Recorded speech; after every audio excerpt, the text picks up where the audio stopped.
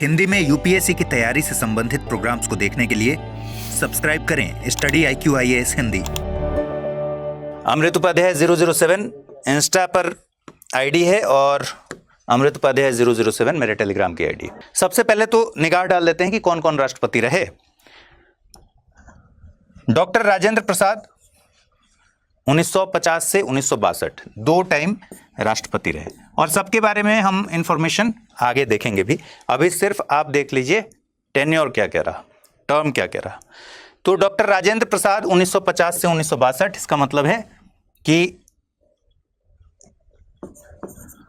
दो टर्म में रहे, 1952 से 1962। ठीक है।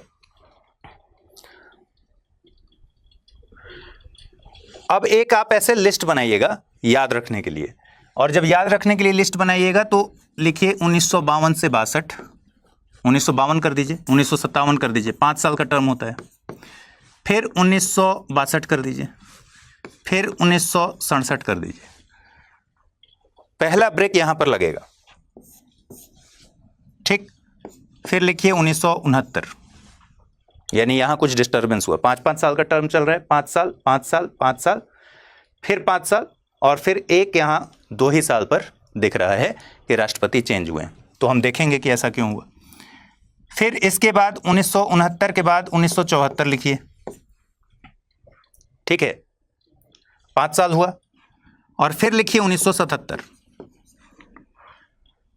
अब आप देखेंगे कि हमेशा लास्ट में या तो 2 आ रहा है या 7 आ रहा है, फिर 2 आ रहा है, फिर 7 आ रहा है। 5-5 साल पर 52 से शुरू कर लीजिए।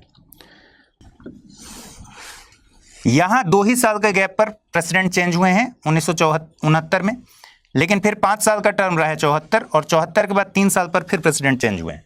इसका मतलब इस वाले पैच में आपको समझना होगा कि कैसे कैसे चेंजेस हुए हैं। और उसके बाद 1977 के बाद फिर 5-5 साल का 82, इस तरह से चलने लगेगा, 2 और 7 वाला।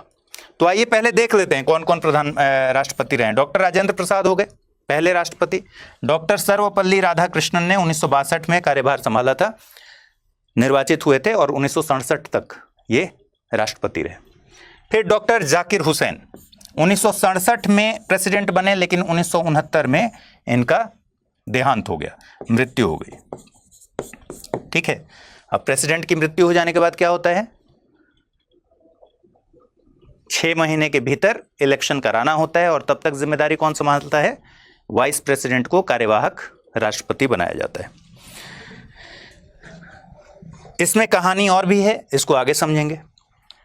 1969 में प्रेसिडेंट के इलेक्शन में वीवी गिरी को सफलता मिली, कांटे की टक्कर थी। वीवी गिरी 1969 से 74 तक प्रेसिडेंट रहे। 74 में फखरुद्दीन अली अहमद प्रेसिडेंट बने, और इनका भी टर्म 3 साल का ही रहा, और इनकी मृत्यु हो गई। यानी 2 प्रेसिडेंट्स ऐसे थे जिनकी मृत्यु हो गई थी। नीलम संजीवन रेड्डी 1977 से 82, 82 से 87 ज्ञानी जैल सिंह, आर वेंकट रमन 87 से 92, 92 से 97 डॉक्टर शंकर दयाल शर्मा, KR नारायणन 1997 से 2002, 2002 में आपको पता है APJ अब्दुल कलाम बन गए। 2002 से 7 तक, 7 से 12 तक भारत की पहली महिला राष्ट्रपति 2007 से 12 श्रीमती प्रतिभा देवी सिंह पाटिल। प्रणब मुखर्जी बने 2012 से 17, रामनाथ कोविंद बने 2017 से 22, और 22 से अब तक, और सब ठीक रहा तो 2027 तक कौन रहेगा प्रेसिडेंट, श्रीमती द्रौपदी मुर्मू। तो भूल जाता है आदमी, याद रखने का तरीका क्या है, 52, फिर 57, 2, 7, फिर 5 साल बाद 62, फिर 67। यहां तक लिखने के बाद एक लाइन लिख दीजिए। फिर 2 ही साल बाद 1969 प्रेसिडेंट की डेथ हो गई।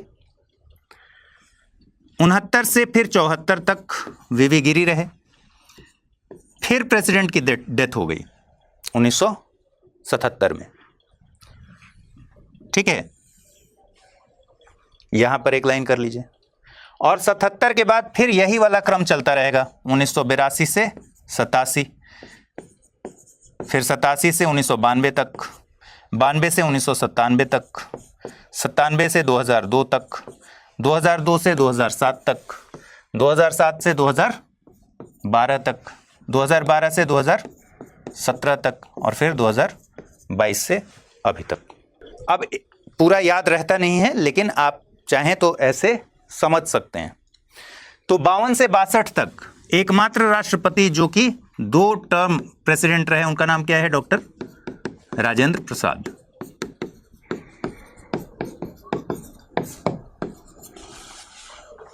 ठीक है। 1967 यानी 62 से 67 तक, 62 में कौन बना प्रेसिडेंट? डॉक्टर सर्वपल्ली राधाकृष्णन। ठीक है।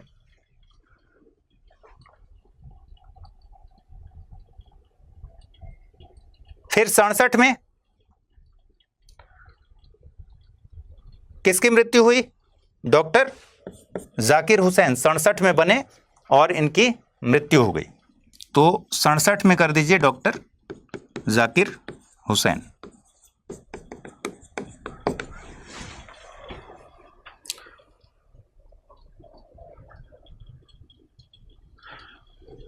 जाकिर हुसैन साहब की 2 साल बाद ही मृत्यु हो गई। तो पहले ऐसे राष्ट्रपति जिनकी मृत्यु हो गई पद पर रहते हुए। 69 में बने वीवी गिरी, 74 में फखरुद्दीन अली अहमद। ठीक है, इनकी भी मृत्यु हो गई। 74 में अगर टर्म देखेंगे तो 3 साल का ही टर्म था और 77 में फिर नीलम संजीवन रेड्डी जो कि पहले निर्विरोध चुने जाने वाले प्रेसिडेंट थे, उनको बनाया गया, NS रेड्डी। ठीक। 82 में ज्ञानी जैल सिंह,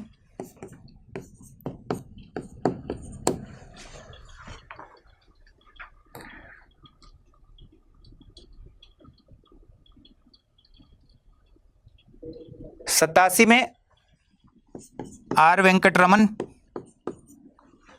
92 में शंकर दयाल शर्मा,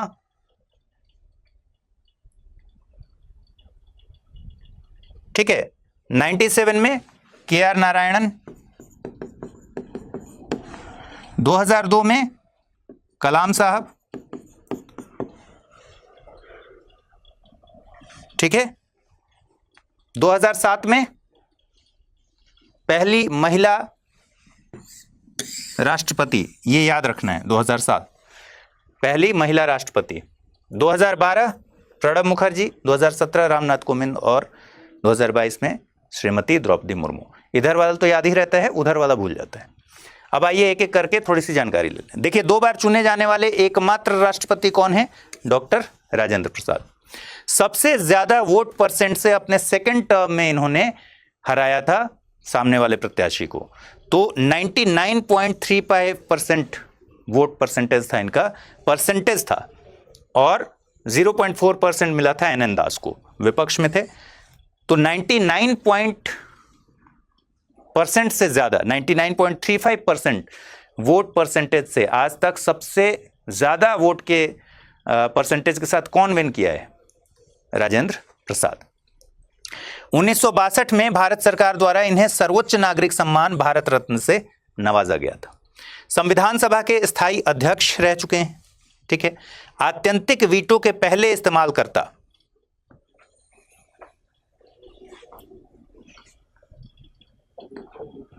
एब्सोल्यूट वीटो का पहले इस्तेमाल कौन किया था? सबसे पहले डॉक्टर राजेंद्र प्रसाद ने किया था। किस मामले में? पेप्सू में, Patiala and east Punjab states union मामले में 1954 में, ठीक है। तो अब आजकल सवाल ऐसे पूछ रहे हैं कि ये सब भी पूछ सकता है। एब्सोल्यूट वीटो, आत्यंतिक वीटो के पहले इस्तेमालकर्ता पेप्सू मामले में कौन थे? डॉक्टर राजेंद्र प्रसाद। ये याद रखना है। दोस्तों, अगर आप यूपीएससी एस्पिरेंट हैं तो आपके लिए गेम चेंजिंग अपॉर्चुनिटी है स्टडी IQ का नया संपूर्ण बैच। एक कॉम्प्रिहेंसिव प्रोग्राम जिसमें टॉप एडुकेटर्स के साथ 1000+ आवर्स की live classes, personalised mentorship and hand written notes से लेकर पीआरपी, एमआरपी जैसे इंटेंसिव प्रोग्राम्स हैं। प्रीलिम्स और मेंस स्कॉलरशिप के तहत प्रीलिम्स क्लियर करने पर पूरी फीस रिफंड हो जाएगी। टॉप परफॉर्मर्स के लिए हर मंथ 11,000 रुपीज का cash reward. Economically weaker sections के लिए स्पेशल उड़ान स्कॉलरशिप भी है। X secretary Anil Swarup sir खुद गाइड करेंगे आपको इस जर्नी में। स्टडी IQ पर 2 करोड़ इंडियंस का ट्रस्ट है और अब संपूर्ण बैच के साथ आपका यूपीएससी ड्रीम भी होगा अचीव। सिल्वर, गोल्ड या platinum, choose the plan that fits your needs. आपको करना क्या है, स्टडी IQ वेबसाइट पर जाइए, यूपीएससी संपूर्ण बैच पर क्लिक कीजिए and once you click on buy now आप देख सकते हैं डिस्काउंट कोड्स। वहां पर टाइप कीजिए अमृत लाइव एंड आपको मिलेगा सबसे lowest price. And obviously your IAS journey starts here. फिर अगले राष्ट्रपति बने तो 2 बार एक ही प्रेसिडेंट बने हैं, डॉक्टर राजेंद्र प्रसाद। फिर अगले राष्ट्रपति बने डॉक्टर सर्वपल्ली राधाकृष्णन, पहले दक्षिण भारतीय राष्ट्रपति थे। देश के पहले उपराष्ट्रपति रहे जो 2 बार उपराष्ट्रपति रहने के बाद प्रेसिडेंट बने। और देश के पहले उपराष्ट्रपति भी कौन थे, यही थे। जिस टर्म में डॉक्टर राजेंद्र प्रसाद प्रेसिडेंट थे उस टर्म में ये क्या थे, उपराष्ट्रपति थे। देश के पहले उपराष्ट्रपति कौन हुए, डॉक्टर राधाकृष्णन। पहले ऐसे व्यक्ति जो उपराष्ट्रपति रहने के बाद राष्ट्रपति बने कौन थे, राधाकृष्णन साहब। 2 बार उपराष्ट्रपति रहने वाले पहले व्यक्ति। इसका मतलब क्या हुआ कि और भी कोई 2 बार उपराष्ट्रपति रहा है, जबकि प्रेसिडेंट में क्या हुआ, प्रेसिडेंट में कोई भी 2 बार प्रेसिडेंट नहीं बना है, सिर्फ एक ही व्यक्ति बना है, डॉक्टर राजेंद्र प्रसाद। डॉक्टर राजेंद्र प्रसाद को छोड़कर बाकी कोई भी व्यक्ति 2 बार प्रेसिडेंट नहीं बना है। उपराष्ट्रपति 2 बार रहने वाले पहले व्यक्ति हैं, दूसरे भी व्यक्ति हैं, ठीक है। नहीं तो क्या लिखा रहता है, एकमात्र व्यक्ति, तो दूसरे भी हैं। आप नाम बताइए 2 बार और उपराष्ट्रपति कौन रहे हैं। इनके राष्ट्रपति कार्यकाल के दौरान भारत की चीन से भी लड़ाई हुई, युद्ध हुआ, और पाकिस्तान से भी युद्ध हुआ। यानी चीन से युद्ध हुआ 1962 में और पाकिस्तान से कब हुआ, 1965 में। साथ ही 2 प्रधानमंत्रियों नेहरू जी और लाल बहादुर शास्त्री का निधन भी इनके राष्ट्रपति कार्यकाल के दौरान ही हुआ था। 1949 से लेकर 1952 तक ये सोवियत संघ में भारत के राजदूत रहे थे, ठीक है। इनके जन्मदिन को हम किस दिवस के रूप में मनाते हैं, शिक्षक दिवस के रूप में। मरणोपरांत उन्हें 1975 में अमेरिकी सरकार ने टेम्पल्टन पुरस्कार दिया था। टेम्पल्टन पुरस्कार से नवाजे जाने वाले ये पहले गैर ईसाई संप्रदाय के, मतलब जो क्रिश्चियन कम्युनिटी के न हो वैसे पहले व्यक्ति थे जिन्हें टेम्पल्टन पुरस्कार दिया गया था, ठीक है। डॉक्टर जाकिर हुसैन 1967 से 69। जाहिर सी बात है 1967 से 69 का मतलब कि इनका पद खाली हो गया था। क्यों खाली हो गया था, इनकी मृत्यु हो गई थी। तो 2 ऐसे प्रेसिडेंट हैं जिनकी पद के दौरान ही मृत्यु हो गई थी। पहले मुस्लिम राष्ट्रपति हैं डॉक्टर जाकिर हुसैन, पहले राष्ट्रपति जिनकी पद पर रहते मृत्यु हो गई, ठीक है। ये सारे फैक्चुअल जानकारी हैं। पहली बार कार्यवाहक राष्ट्रपति बनाए गए वीवी गिरी, ठीक है। कार्यवाहक राष्ट्रपति बनाए गए पहली बार कौन, अभी तक कार्यवाहक राष्ट्रपति बनाने की नौबत आई थी, नहीं आई थी। अभी तक पहली बार मृत्यु हुआ। डॉक्टर जाकिर हुसैन प्रेसिडेंट थे, उनकी पहली बार मृत्यु हो गई, प्रेसिडेंट रहते पहली बार मृत्यु हुई किसी व्यक्ति की, ठीक है। इसका मतलब यह मत निकाल लीजिएगा कि उनकी पहली बार मृत्यु हुई, मृत्यु एक ही बार होती है। प्रेसिडेंट पोस्ट पर रहने वाले व्यक्ति की पहली बार मृत्यु हो गई जब, तो वैकेंसी हो गई। वैकेंसी हुई तो क्या है, जब तक इलेक्शन नहीं होगा कौन आएगा, उपराष्ट्रपति कौन होगा उस समय, वीवी गिरी। वीवी गिरी उपराष्ट्रपति थे तो कार्यवाहक राष्ट्रपति बनाए गए। लेकिन इस समय इंडियन पॉलिटिक्स में गजब का उथल पुथल का माहौल था, ठीक है। इंदिरा गांधी नई नई पॉलिटिक्स में आई थी और कांग्रेस का जो पूरा आला कमान था, जो कांग्रेस पार्टी के भीतर सीनियर मोस्ट लोग थे, वो चाहते थे कि इंदिरा गांधी को लेकर देश में एक इमोशनल बयार तो बढ़े, लेकिन इंदिरा गांधी खुद में कुछ पावरफुल ना बने, गूंगी गुड़िया कहा जाता था, ठीक है। तो कुछ वैसी व्यवस्था चाहते थे कि इंदिरा गांधी को फ्रंट पर रख के, क्योंकि नेहरू जी की बेटी थी, इस इमोशन के सहारे वो राज करें, और कांग्रेस के भीतर धड़े बन गए थे। तो इस समय वीवी गिरी जो थे ये इंदिरा गांधी के करीबी माने जाते हैं।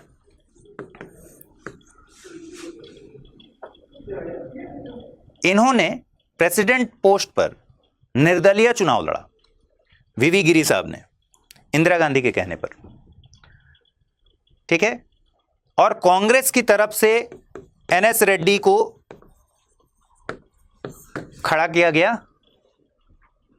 क्या, प्रेसिडेंट का उम्मीदवार। समझिए, इंदिरा गांधी भी कांग्रेस में थी। कांग्रेस की तरफ से नीलम संजीवन रेड्डी को खड़ा किया गया और इंदिरा गांधी के तरफ से सपोर्ट था किसको? इंदिरा गांधी सपोर्ट कर रही थी किसको? वीवी गिरी को। और वीवी गिरी को इंदिरा गांधी के कहने पर उन्होंने इस्तीफा देकर प्रेसिडेंट पोस्ट पर निर्दलीय चुनाव लड़ा, ठीक है, निर्दलीय उम्मीदवार के लिए खड़े हो गए। जब इन्होंने इस्तीफा दे दिया तो कार्यवाहक राष्ट्रपति पहली बार न्यायमूर्ति एम हिदायतुल्लाह को बनाया गया, ठीक है। तो यह फैक्ट आपको याद रखना है। इनके कार्यकाल के बाद न्यायमूर्ति एम हिदायतुल्लाह एकमात्र CJI chief justice of India हैं जिन्हें कार्यवाहक राष्ट्रपति बनाया गया। हमने पढ़ा था ना कि अगर प्रेसिडेंट नहीं रहेगा तो फिर कार्यवाहक राष्ट्रपति के तौर पर कौन रहेगा? वाइस प्रेसिडेंट, 6 महीने तक मैक्सिमम, जिसमें इलेक्शन ना करा दिया जाए और जो अगला राष्ट्रपति है वो आकर पदभार ग्रहण ना कर ले। अगर मान लीजिए उपराष्ट्रपति भी नहीं है तो कौन आता है फिर? CJI, chief justice of India. अगर सीजेआई भी नहीं है तो फिर सुप्रीम कोर्ट के सीनियर मोस्ट जजेस को बनाया जाता है। तो ये वाला जो दौर था, पहली बार मृत्यु हुई अगर जब प्रेसिडेंट के पोस्ट पर रहने वाले व्यक्ति की, यानी डॉक्टर जाकिर हुसैन की, तो पहली बार बहुत सारी उथल पुथल भी हुई। प्रेसिडेंट पोस्ट पर कार्यवाहक राष्ट्रपति के तौर पर वीवी गिरी बने और फिर उन्होंने निर्दलीय चुनाव लड़ा और फाइनली वो राष्ट्रपति बने, बहुत कांटे की टक्कर में, बहुत क्लोज, आज तक का सबसे क्लोज जो फाइट था इन्हीं लोग के बीच था। जब इन्होंने इस्तीफा दे दिया तो न्यायमूर्ति सीजेआई जो थे एम हिदायतुल्लाह, इनको एकमात्र सीजेआई हैं जिनको कार्यवाहक राष्ट्रपति बनाया गया। राज्यपाल रहे पहले राष्ट्रपति, मतलब पहले से राज्यपाल रह चुके थे, 1957 से 62 तक ये बिहार के राज्यपाल थे, डॉक्टर जाकिर हुसैन, ठीक है। अब वीवी गिरी बन गए, कार्यवाहक राष्ट्रपति के तौर पर काम करने वाले पहले व्यक्ति हैं। जाहिर सी बात है, पहली बार ऐसा हुआ कि प्रेसिडेंट का पोस्ट मृत्यु की वजह से खाली हुआ तो कार्यवाहक राष्ट्रपति पहली बार बने वीवी गिरी, क्योंकि उपराष्ट्रपति थे उस समय। उपराष्ट्रपति के पद से बीच में इस्तीफा देने वाले पहले व्यक्ति हैं और इस्तीफा देकर राष्ट्रपति बनने वाले पहले शख्स हैं, ठीक है। सबसे कम अंतर से, मैंने बताया कांटे की टक्कर थी, सबसे कम अंतर से जीते। 50.52% इनको मिला वोट और 48.5% इनको मिला, ठीक है। तो एकदम कांटे की टक्कर से जीतने वाले, सबसे कम अंतर से जीतने वाले प्रेसिडेंट का नाम है वीवी गिरी। कौन है विपक्ष में? नीलम संजीवन रेड्डी। ये क्या थे? ये कांग्रेस के उम्मीदवार थे और वीवी गिरी को सपोर्ट था इंदिरा गांधी। इंदिरा गांधी उस समय पॉलिटिक्स में नहीं थी, तो वीवी गिरी को इंदिरा गांधी का सपोर्ट था। उन्होंने इस्तीफा देकर निर्दलीय वो खड़े हो गए इंदिरा गांधी के कहने पर, और ऐसी स्थिति हुई कि ठीक वोटिंग के एक दिन पहले इंदिरा गांधी ने कांग्रेस के सांसदों और विधायकों को कहा कि भाई अपनी अंतरात्मा की आवाज़ सुनिए और वोट कीजिए। और एक दिन में ही पूरा खेल बदल गया। के कामराज थे उस समय कांग्रेस के बहुत ज़्यादा ताकतवर नेता, उनकी जो अपनी लॉबिंग थी,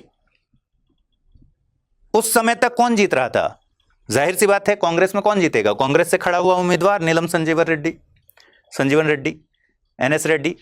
लेकिन एक दिन पहले, ठीक वोटिंग के एक दिन पहले, इंदिरा गांधी ने कहा अपने कांग्रेस के सांसदों और विधायकों से कि आप अपनी अंतरात्मा की आवाज़ सुनिए और अंतरात्मा की आवाज़ सुनकर वोटिंग कीजिए। और एक दिन में ही पूरा खेल बदल गया और एक दिन के ही इस बात ने, अंतरात्मा की आवाज़ ने, कांग्रेस के कार्यकर्ताओं ने, क्योंकि उनसे लगाव बहुत ज़्यादा था ना, नेहरू जी की बेटी थी, तो अंतरात्मा की आवाज़ उन्होंने सुन ली और वीवी गिरी जो निर्दलीय उम्मीदवार थे वो जीत गए और कांग्रेस का उम्मीदवार हार गया।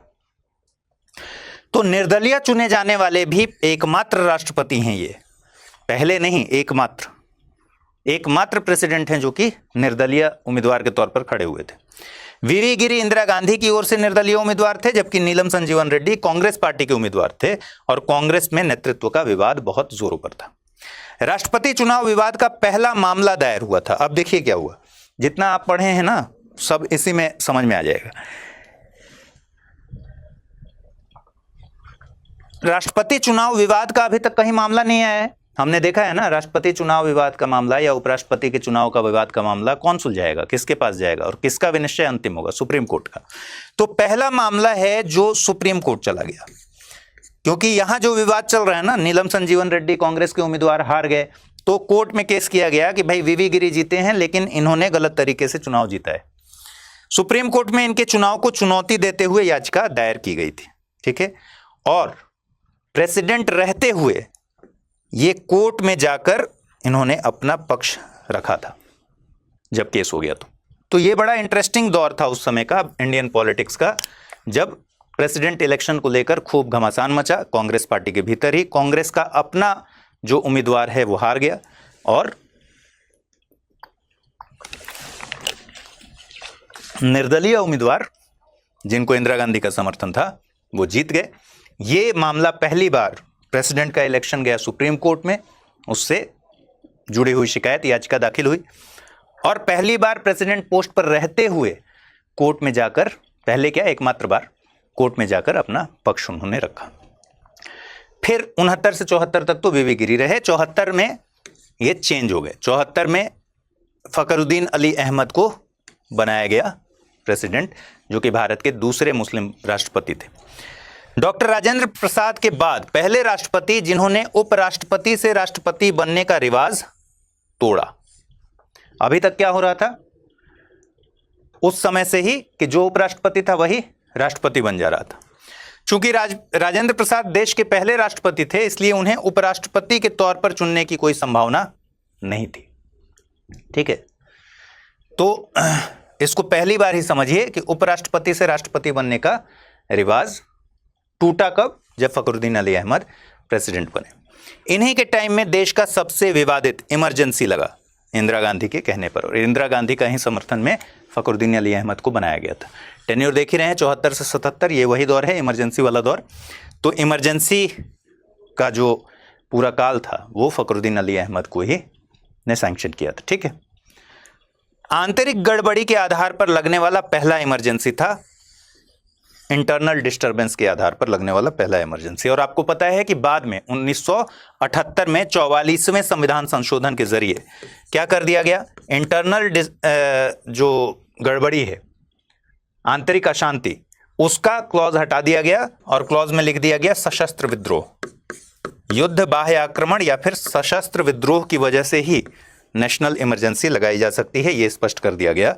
और ये पहला इमरजेंसी था जो कि आंतरिक गड़बड़ी के आधार पर लगाया गया था, आंतरिक अशांति के आधार पर। पद के दौरान निधन होने वाले दूसरे प्रेसिडेंट थे और अब तक के आखिरी राष्ट्रपति, यानी अब तक टोटल 2 राष्ट्रपति ऐसे हुए जिनकी पद के दौरान मृत्यु हो गई। उपराष्ट्रपति बीडी जत्ती उस समय कार्यवाहक राष्ट्रपति बने थे, ठीक है। नीलम संजीवन रेड्डी जो खड़े हुए थे कब, वीवी गिरी के सामने 69 में, उस समय नहीं बन पाए, सबसे कांटे की टक्कर उसी समय थी।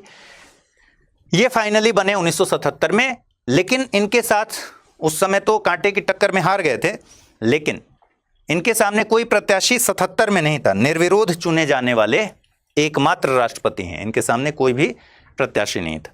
डॉक्टर राजेंद्र प्रसाद के बाद 2 बार चुनाव लड़ने वाले एकमात्र राष्ट्रपति हैं। एक बार तो लड़े वीवी गिरी के सामने तो हार गए, और दूसरी बार चुनाव लड़े तो जीते। और किसी प्रेसिडेंट के प्रत्याशी ने एक बार से ज्यादा चुनाव नहीं लड़ा है। भारत के पहले गैर कांग्रेसी राष्ट्रपति माने जाते हैं। हालांकि वीवी गिरी इंदिरा गांधी की ओर से निर्दलीय चुनाव जीत चुके हैं, मगर उन्हें कांग्रेसी ही माना जाता है, ठीक है। आंध्र प्रदेश के पहले मुख्यमंत्री थे कौन, NS रेड्डी साहब, तब तक के चुने गए सबसे यंग राष्ट्रपति थे। फिर ज्ञानी जैल सिंह का समय आ गया, राजीव गांधी वाला समय, 84 में इंदिरा गांधी की हत्या हो गई। पंजाब से इकलौते राष्ट्रपति बने ज्ञानी gel Singh. Operation blue star, Indira Gandhi की हत्या, 84 के सिख विरोधी दंगे इन्हीं के कार्यकाल के दौरान हुए। पहले राष्ट्रपति जिन्होंने पॉकेट वीटो का इस्तेमाल किया। पॉकेट वीटो किस मामले में किया, भारतीय डाक संशोधन विधेयक पर इन्होंने पॉकेट वीटो का इस्तेमाल किया राजीव गांधी के समय में, और देश के गृह मंत्री भी रहे, ठीक है। फिर आर वेंकटरमण 87 से 92, भारतीय डाक संशोधन विधेयक को संसद में इन्होंने पुनर्विचार के लिए भेजा था, जहां उसे निरस्त कर दिया गया 1989 में। 1991 में आत्यंतिक वीटो इस्तेमाल करने वाले दूसरे राष्ट्रपति थे संसद सदस्य वेतन भत्ता और पेंशन संशोधन विधेयक पर। ठीक है, इनके कार्यकाल में ही राजीव गांधी की हत्या हो गई। डॉक्टर शंकर दयाल शर्मा, अब इनके बारे में बहुत ज़्यादा जानकारियां इन लोगों के बारे में आपको नहीं याद रखनी है। भोपाल रियासत के मुख्यमंत्री थे उस समय 1952 से 56 तक, तब तक भोपाल शामिल नहीं हुआ था। 1984 से 87 तक वे राज्यपाल के रूप में आंध्र प्रदेश, पंजाब और महाराष्ट्र में नियुक्त थे। ठीक है, के आर नारायणन पहले दलित व मलयाली राष्ट्रपति, तो ये वाला याद रखना है, पहले दलित राष्ट्रपति कौन थे? के आर नारायणन साहब। IFS अधिकारी भी रहे। राष्ट्रपति चुनाव में ECI रहे IAS, TN सेशन को, सेशन नहीं है, सेशन को हराया था। ठीक है, ECI मतलब मुख्य निर्वाचन आयुक्त। फिर कलाम साहब पहले वैज्ञानिक जो राष्ट्रपति बने, वैज्ञानिक रह चुके हैं DRDO और इसरो में। सबसे अधिक मत मूल्य के हिसाब से, परसेंटेज के हिसाब से नहीं, परसेंटेज के हिसाब से कौन था? डॉक्टर राजेंद्र प्रसाद 99.35%। सबसे अधिक मत वोट के वैल्यू के हिसाब से हासिल करने वाले राष्ट्रपति थे। ठीक है, मुगल गार्डन को जनता के लिए इन्होंने खोला। मुगल गार्डन का नाम आज के दौर में क्या है? अमृत उद्यान। फिर प्रतिभा देवी सिंह पाटिल देश की पहली महिला राष्ट्रपति, सुखोई उड़ाने वाली पहली महिला राष्ट्रपति। प्रणब मुखर्जी साहब पहले बंगाल से आने वाले राष्ट्रपति, इन्होंने मुंबई हमले का आतंकवादी कसाब की दया याचिका खारिज की थी, तो क्षमादान वाला मामला यहां पर आता है। ठीक है, क्षमादान मांगा गया था, इन्होंने खारिज कर दिया। देश के रक्षा मंत्री भी रहे, विदेश मंत्री भी रहे और वित्त मंत्री भी रह चुके हैं। ठीक है, अब मुगल गार्डन का क्या नाम है? अमृत उद्यान। रामनाथ कोविंद साहब राष्ट्रपति बनने से पहले बिहार के राज्यपाल थे। श्रीमती द्रौपदी मुर्मू 2022 से अब तक जनजातीय समुदाय से संबंधित पहले राष्ट्रपति, जनजातीय समुदाय से। ठीक है, शेड्यूल्ड ट्राइबल बैकग्राउंड से दूसरी महिला राष्ट्रपति हैं। इनके पहले कौन बन चुका है? प्रतिभा देवी सिंह पाटिल। देश की सबसे कम उम्र की राष्ट्रपति, भारत की आजादी के बाद पैदा होने वाली पहली राष्ट्रपति हैं ये। ठीक है, बाकी लोगों का 1947 के पहले ही जन्म हुआ था। झारखंड की पहली महिला राज्यपाल बनने का खिताब हासिल है इनको। किसी भी भारतीय राज्य की राज्यपाल बनने वाली पहली महिला, पहली आदिवासी महिला भी इनको इस बारे में जाना जाता है। ठीक है, ये सारी फैक्चुअल जानकारियां हैं। अब आइए देख लेते हैं पिछले सालों में यूपीएससी से क्या क्या सवाल पूछे गए। 2023 में 2 सवाल पूछा गया था। निम्नलिखित कथनों पर विचार कीजिए। यदि भारत के राष्ट्रपति का निर्वाचन भारत के उच्चतम न्यायालय द्वारा शून्य घोषित कर दिया जाता है, तो ऐसे विनिश्चय की तिथि से पूर्व राष्ट्रपति के पद के कर्तव्यों के निष्पादन में राष्ट्रपति के द्वारा किए गए सभी कृत्य अविधि मान्य हो जाते हैं। पूछ क्या रहा है कि भारत के प्रेसिडेंट का जब इलेक्शन से रिलेटेड विवाद हुआ और निर्वाचन सुप्रीम कोर्ट ने शून्य घोषित कर दिया, तो उस दौरान में जब सुप्रीम कोर्ट ने निर्वाचन को शून्य घोषित कर दिया, इस बीच में प्रेसिडेंट ने कुछ काम किया होगा, वो अविधि मान्य हो जाते हैं, इनवैलिड हो जाते हैं। ये बात सही है या गलत है? ये गलत हो गया। ठीक है, फिर पूछ रहा है भारत के राष्ट्रपति के पद के लिए निर्वाचन इस आधार पर मुलतवी किया जा सकता है, पोस्टपोन किया जा सकता है कि विधानसभाएं विघटित हो गई हैं, कुछ विधानसभाएं विघटित हो गई हैं और उनके निर्वाचन अभी होने शेष हैं। ये बात सही है या गलत है? गलत है। ठीक है, पहला में क्या होगा कि उच्चतम न्यायालय द्वारा अगर किसी राष्ट्रपति का निर्वाचन शून्य कर दिया जाता है, तो उस दौरान जो प्रेसिडेंट ने काम किया है वो इनवैलिड नहीं होगा, वो काम वैलिड बना रहेगा। ठीक है, वो विधि मान्य होगा। दूसरा में क्या है, भारत के राष्ट्रपति पद के लिए निर्वाचन को इस आधार पर चैलेंज नहीं किया जा सकता है कि उस समय कहीं विधानसभाओं में रिक्तियां थी। ठीक है, वैकेंसी थी, मतलब या विधानसभाएं विघटित हो चुकी थी, तो इस आधार पर इलेक्टोरल कॉलेज को नहीं देखा जाएगा, यानी कुछ विधानसभाएं भंग भी होंगी तो भी उसके इलेक्शन पर कोई इंपैक्ट इसका नहीं आएगा, तो यह भी गलत है। फिर है, कोई विधेयक भारत के राष्ट्रपति को प्रस्तुत किए जाने पर संविधान द्वारा विहित की गई समय सीमा के अंदर राष्ट्रपति को अपनी अनुमति देनी होती है। यह भी रॉन्ग है। ये क्यों गलत है? लास्ट वाला स्टेटमेंट, तीसरा वाला, क्योंकि कोई समय सीमा नहीं दी गई है, यथाशीघ्र राष्ट्रपति को अपनी सहमति देनी है, अनुमति देनी है। तो यथाशीघ्र वजह से ही हमने देखा था, इसी शब्द की वजह से, एज सून एज पॉसिबल की वजह से ही पॉकेट वीटो निकल कर आता है, तो इसलिए ये रॉन्ग है। तो तीनों ही कथन इसमें गलत हैं, इसलिए कह रहा है कितने कथन सही हैं, कोई भी नहीं। ठीक है, ऑप्शन डी इसका सही उत्तर है। दूसरा देखिए, 2023 में प्रेसिडेंट से 2 सवाल पूछे गए। भारत के राष्ट्रपति के निर्वाचन के बारे में निम्नलिखित कथनों पर विचार कीजिए। संसद के दोनों में से किसी भी सदन या राज्यों की विधानसभाओं में नाम निर्दिष्ट किए गए सदस्य निर्वाचक मंडल में शामिल किए जाने के लिए भी एलिजिबल हैं। आपको बताना है ये सही है या फिर गलत है। दोबारा पढ़ लीजिए, संसद के दोनों में से किसी भी सदन या राज्यों की विधानसभाओं में नाम निर्दिष्ट किए गए सदस्य निर्वाचक मंडल में शामिल किए जाने के लिए भी एलिजिबल हैं। इलेक्टोरल कॉलेज में कौन होता है प्रेसिडेंट के? दोनों सदनों के, मतलब लोकसभा और राज्यसभा के निर्वाचित सदस्य, यानी elected MPs, elected member of parliaments, और विधानसभाओं के, जिसमें दिल्ली और पुदुचेरी भी है, तो विधानसभाओं के इलेक्टेड मेंबर्स यानी इलेक्टेड एमएलएज। ठीक है, दिल्ली और पुदुचेरी भी। और यहां क्या कह रहे हैं? नाम निर्दिष्ट किए गए, तो ये गलत हो गया। नाम निर्दिष्ट नहीं रहेंगे, नॉमिनेटेड नहीं रहेंगे। ठीक है,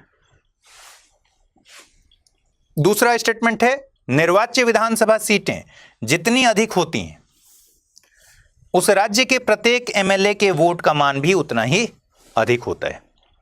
हमने एक एमएलए के वोट का वैल्यू निकाला था, उसमें क्या था? उस राज्य की जनसंख्या,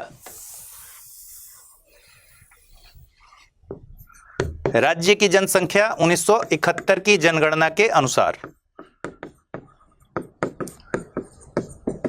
और बटा इलेक्टेड एमएलएज के क्या नंबर है, तो नंबर ऑफ इलेक्टेड एमएलएज। ठीक है, इससे हमने निकाला था कि एक किसी राज्य में एक एमएलए के वोट का वैल्यू क्या होगा। यह क्या कह रहा है कि विधानसभा सीटें जितनी अधिक होती हैं उस राज्य के प्रत्येक एमएलए के वोट का मान भी उतना ही अधिक होता है। तो सिर्फ सीट से, नंबर ऑफ सीट से तो कुछ भी निकाला ही नहीं जा सकता। कैसे निकाला जा सकता है? जिसमें पॉपुलेशन भी पता हो सकता है पॉपुलेशन बहुत ज्यादा हो, सीट भी बहुत ज्यादा हो। तो ये मान, एक एमएलए के वोट का मान कैसे पता चलेगा? ये दोनों ही आंकड़ा होना चाहिए, दोनों पर डिपेंड करेगा, ना कि सिर्फ एमएलए के सीट से। तो ये भी गलत है। फिर है, मध्य प्रदेश के प्रत्येक एमएलए के वोट का मान केरल के प्रत्येक एमएलए के वोट के मान से अधिक है। ये फैक्चुअल जानकारी है, क्योंकि प्रेसिडेंट का इलेक्शन बीता था पिछले ही साल, तो इसलिए इस फैक्चुअल जानकारी पर ये उम्मीद की जा रही होगी कि भाई आप अखबार वगैरह पढ़ रहे हैं, तो एक एक जो स्टेट हैं उनके प्रत्येक एमएलए के वोट का वैल्यू आपको पता होगा। ये वाला स्टेटमेंट गलत है। ठीक है, देखिए, स्टेट ऑफ मध्य प्रदेश में जो एक एमएलए के वोट का वैल्यू है वो है 131, और केरल के एक एमएलए का वोट का वैल्यू है 152। ये ध्यान रखिए कि हाईएस्ट वोट वैल्यू है यूपी के एक एमएलए का 208, और लोएस्ट है 7 सिक्किम का। ठीक है, तो ये कह रहा है कि मध्य प्रदेश के एमएलए के वोट का मान केरल के प्रत्येक एमएलए के वोट के मान से अधिक है, जबकि केरल के प्रत्येक एमएलए का वोट का मान 152 है और मध्य प्रदेश के प्रत्येक एमएलए के वोट का मान 131 है, इसलिए ये गलत है। ठीक है, चौथा स्टेटमेंट सही है। पुदुचेरी के प्रत्येक एमएलए के वोट का मान अरुणाचल के प्रत्येक एमएलए के वोट के मान से अधिक है, क्योंकि अरुणाचल प्रदेश की तुलना में पुदुचेरी में कुल जनसंख्या का निर्वाच्य सीटों की कुल संख्या से अनुपात अधिक है। यह स्टेटमेंट ठीक है, क्योंकि इसमें दोनों बातें कही गई, कुल जनसंख्या और निर्वाच्य सीटों की कुल संख्या में अनुपात अधिक है। ठीक, चलिए, 2020 में कौन सा सवाल पूछा गया? निम्नलिखित कथनों पर विचार कीजिए। भारत का राष्ट्रपति ऐसे स्थान पर जिसे वह ठीक समझे संसद का सत्र आह्वान कर सकता है। भारत का संविधान एक वर्ष में संसद के 3 सत्रों का प्रावधान करता है, किंतु सभी 3 सत्रों का चलाया जाना अनिवार्य नहीं है। एक वर्ष में दिनों की कोई न्यूनतम संख्या निर्धारित नहीं है जब संसद का चलना आवश्यक हो। कौन कौन से स्टेटमेंट सही हैं? पहला स्टेटमेंट बिल्कुल ठीक है, दूसरा स्टेटमेंट गलत है। भारत का संविधान एक वर्ष में संसद के 3 सत्रों का प्रावधान करता है, ठीक है, तो ये गलत है। एक वर्ष में दिनों की कोई न्यूनतम संख्या निर्धारित नहीं है जब संसद का चलना आवश्यक है, ये तो सही बात है। तो 1 और 3 इसका सही उत्तर होगा ऑप्शन सी। अगला, पिछले सालों के पूछे गए प्रश्न में 2018 का है, भारत के राष्ट्रपति के निर्वाचन के संदर्भ में निम्नलिखित कथनों पर विचार कीजिए।